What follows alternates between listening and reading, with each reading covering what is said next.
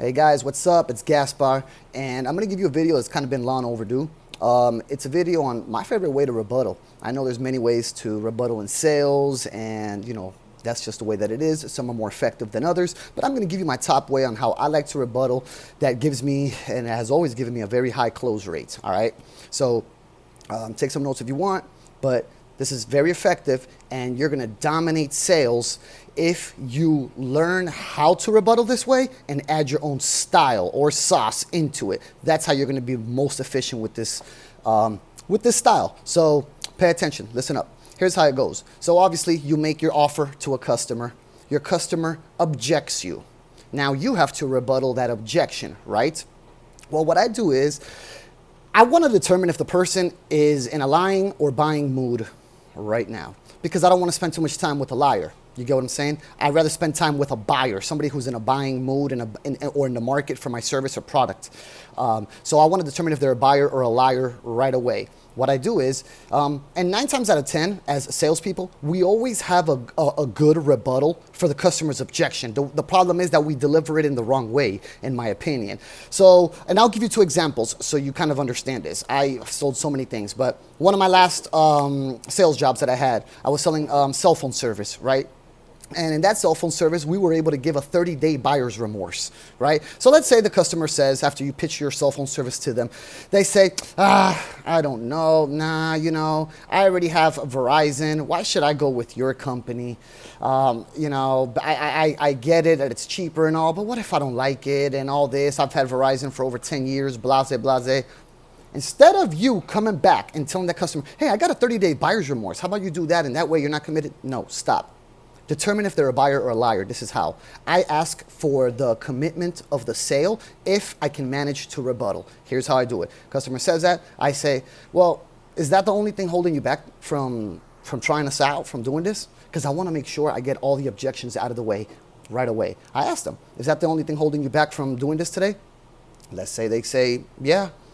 Okay.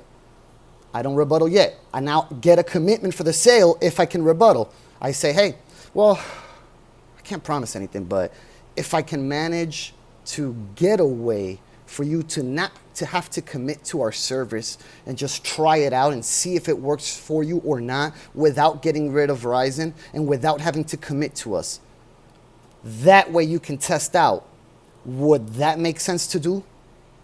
And then if they say, yeah, if there was that way, sure. All right, no problem. So I'm going to go ahead, send you out one of our latest phones. It's going to come with a 30-day buyer's remorse. Boom. That's how I go for an assumption close using my rebuttal. I don't ask for the sale again because I'm assuming that they're a buyer, right? Until you prove me that you're a liar. So I'm not going to say, all right, so would you like to do it now? No. All right, perfect. So I'm going to send you out one of our phones. It's going to come with a 30-day buyer's remorse. That way you can kind of test out the water, see if it works for you. Boom, boom, boom, go.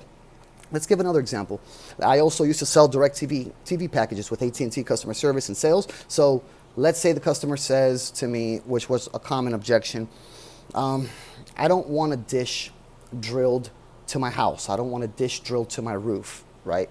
Now I knew I can rebuttal by saying, hey, no problem. I can put a little tripod pole anywhere in the yard and we don't got to drill your house. You'll be good. But what I would do is, well, I get it that you don't want anything, drilled to your house. But let me ask you, is that the only thing stopping you from doing this today? Everything else is okay? You like the pricings, the channels, everything else is just this? Well, kind of. It's that, and also, I don't know if I'm going to have my favorite channels. I really want to make sure that I can have my favorite channels and that I have now. And yeah, so my channels and not having that drilled to my house is really what's stopping me. Okay, Mr. Customer. So is that the only thing stopping you? Just, the fact that you don't know exactly what channels are going to come and the dish you don't want to drill to your house? Yeah. Okay, perfect. So here's what I'm going to do. I'm going to go ahead and set up the order with a tripod so that we don't have to drill the dish to your house. It's on a tripod on your backyard somewhere that you get good reception. I'll put the installation date out in a week from now. In the meantime, test out the entire channel package online. Okay, so you can see for yourself that it does include all the channels that you mentioned to me. Test it out for yourself for the next 4 days.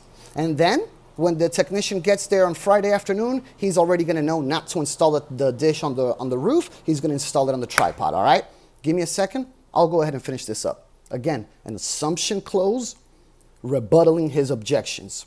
I'm not asking for the sale. Now, if they come back to me in either situation say, oh, well, no, I still don't know if I want to do it. Now, well, what else is holding you back? I'll go at it again. I'll give them another benefit. Well, what else is holding you back? You know, you said it was this and that, so what else is holding you back? I don't know. I just did.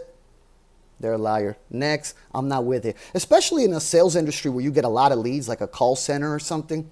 Man, just go through the numbers. Seriously, don't stress yourself out mentally. Now, if you're in the sales industry where you get very little leads, like a car dealership, a retail store, where you don't get hundreds of people to pitch to a day, you got to use a little bit more of a psychological approach, but that's a whole nother story that we can go into details another day. But the basic way of rebuttaling, how I like to, the most effective, is gain commitment to the sale if you can rebuttal their objection. And that's how I like to do it. I hope this is helpful. I know I had to wear this thing on my ear because my microphone's been acting up lately, so this is the best way for me to record into a video. But I appreciate it. Go ahead and share the video with people if you feel like this was helpful. If you want more sales tips and tricks on how to close sales, offer, do whatever has to do with sales, get at me. Appreciate you guys. Love y'all. Have a good day.